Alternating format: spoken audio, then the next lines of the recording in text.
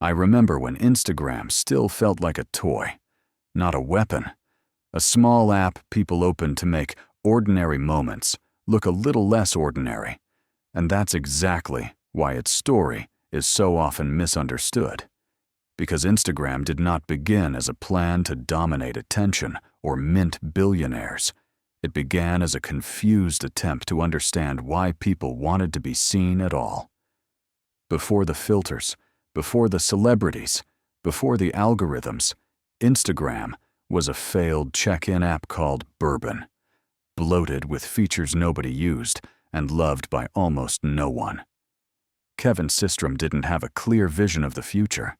He had a sinking feeling that what he'd built was wrong, and the discipline to admit it before the market made the decision for him. Bourbon tried to do too much. Locations plans, social layers stacked on top of each other until the product collapsed under its own ambition. This is where most founders double down, convinced the world just doesn't get it yet. Systrom and Mike Krieger did the opposite. They stripped the product down brutally and asked a single question: what do people actually enjoy here? The answer was embarrassingly simple. Photos. Not professional photography, not documentation, but casual visual proof that you were somewhere doing something, living a moment worth sharing. That insight wasn't obvious then. Smartphones were still clumsy. Cameras were mediocre. Sharing photos felt awkward. Instagram didn't wait for technology to be perfect. It made imperfection charming. Filters were not a gimmick. They were forgiveness. They hid bad lighting, shaky hands, cheap sensors. More importantly, they lowered the emotional barrier to posting. Instagram didn't make people better photographers. It made them less afraid of being judged. That psychological shift is the real innovation. Once people felt safe enough to share, volume exploded. And volume is where platforms are born. Instagram didn't create narcissism. It removed friction from self-expression that was already there. The timing was ruthless. Instagram launched just as smartphones crossed from novelty into habit. The app was fast, simple, and almost aggressively focused. No links, no feeds cluttered with text, just a square photo and a heart. That simplicity wasn't aesthetic minimalism. It was strategic clarity. Every extra feature would slow sharing. Every delay would break the spell. Instagram respected momentum more than completeness, and momentum is what early platforms need more than vision statements. Growth came violently. Servers buckled. The team was tiny. The culture was improvisational. Instagram didn't grow because it marketed itself well. It grew because every post was an ad for the next post. Social proof compounded.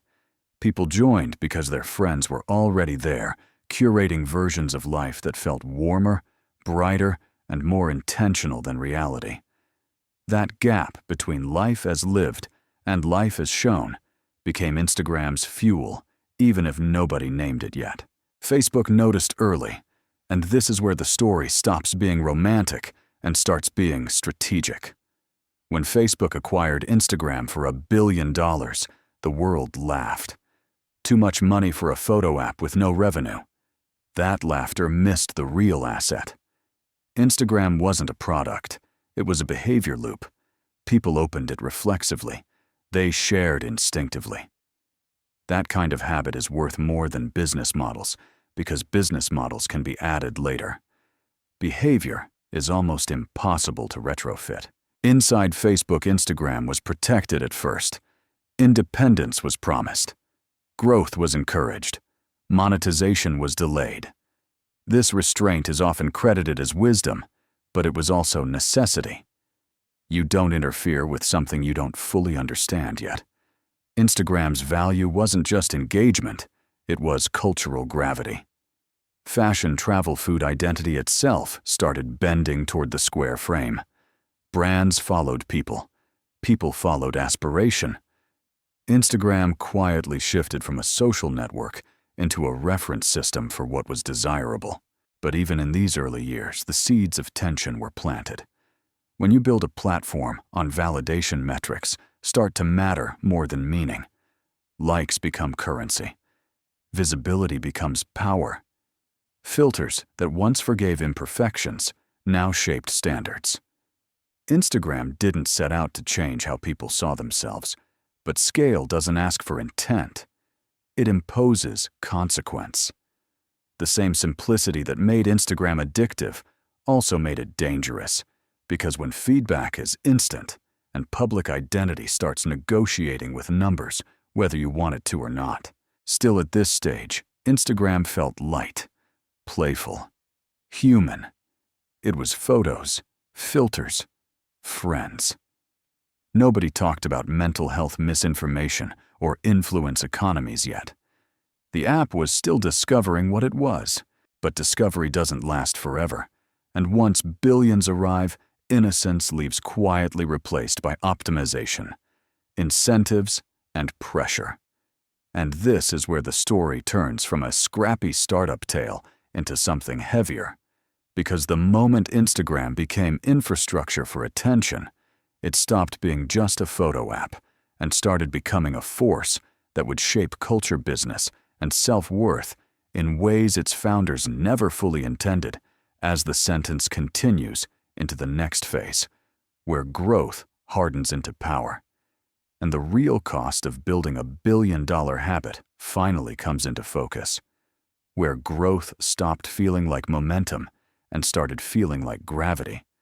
Because once Instagram crossed into the billions, it was no longer just reflecting culture, it was bending it. What began as a place to share moments quietly transformed into a system that rewarded certain lives, certain bodies, certain narratives over and over again, until those patterns felt natural. This is the moment every successful platform reaches where optimization replaces innocence. When engagement becomes the metric, the algorithm doesn't ask what is healthy, it asks what keeps you coming back. Instagram's feed evolved. Chronology gave way to prediction. Likes became signals, not just of appreciation, but of value. Visibility became scarce, and scarcity always creates anxiety. Creators learned what worked. Brands learned how to buy attention. Influencers emerged, not because Instagram wanted them to, but because the system rewarded those who could reliably generate desire. What had once been playful self-expression hardened into performance. You weren't just sharing anymore. You were competing, even if you never consciously agreed to play. Inside Facebook, now Meta Instagram's role changed. It was no longer a protected experiment. It was a growth engine. Monetization accelerated. Ads blended into content.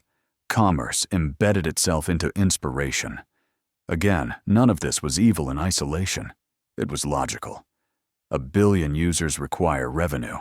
Infrastructure demands funding. But logic compounds. And the logic of attention is unforgiving. Once creators depend on reach and businesses depend on creators, the platform becomes the silent governor of an entire economy of visibility. This is where the mental health conversation exploded, not because Instagram suddenly changed, but because the consequences finally became visible. Comparison scaled, validation externalized, identity quantified. The same filters that once lowered fear now raised standards. The same metrics that once felt fun now felt like judgment. Instagram didn't invent insecurity, but it industrialized comparison. At scale, even neutral tools tilt outcomes. When feedback is public and constant, people adjust themselves to please the system, not necessarily themselves. The founders were gone by then. Kevin Systrom and Mike Krieger left not in scandal, but in quiet disagreement over direction and autonomy. This detail matters. It signals the end of a phase. Instagram had moved beyond being shaped by its original visionaries and into being shaped by corporate imperatives. That transition is common. It is also where platforms become less flexible and more defensive. Changing course gets harder when billions of habits depend on you not changing too much. Yet Instagram did not freeze. It reacted. Stories were introduced to counter perfection with ephemerality. Reels arrived to respond to TikTok's rawness and speed. Shopping features multiplied. Each move was both adaptation and escalation. New formats created new pressures. The treadmill never slowed. Instagram wasn't choosing chaos. It was trying to stay relevant inside a system where relevance decays faster every year. What makes Instagram's story uncomfortable is that there is no villain you can point to cleanly. The app delivered exactly what people responded to. The market rewarded exactly what worked. Users kept scrolling. Creators kept posting. Brands kept paying. Responsibility dissolved into a network of incentives where everyone participated and no one fully controlled the outcome. That is the nature of platforms at scale. Power becomes diffuse. Accountability becomes blurry. So what is the real story of Instagram? Photos, filters, and billions. It is not a tale of betrayal or greed. It is a lesson in how small design decisions, when amplified by habit and capital, can reshape behavior far beyond their original intent. Instagram succeeded because it understood human psychology early. It struggled because psychology does not stop evolving when you lock in a business model. The platform keeps learning, but so do its users, and not always in healthy directions. For builders, this story carries a heavy warning. If you design for engagement, you inherit the consequences of what engages. If you remove friction, you remove protection as well. Instagram shows that building a billion-dollar habit is not just an engineering achievement. It is a moral responsibility that grows faster than any roadmap. You don't just ship features. You shape feedback loops inside people's heads. And if this journey through Instagram's rise made you rethink what success actually costs, stay with this channel. Subscribe, because this is where we explore the shadows behind iconic products, not just their growth charts. And leave a comment sharing what Instagram has changed for you, good or bad, because the most important conversations about technology are the ones that happen after we admit how deeply it's already inside our lives.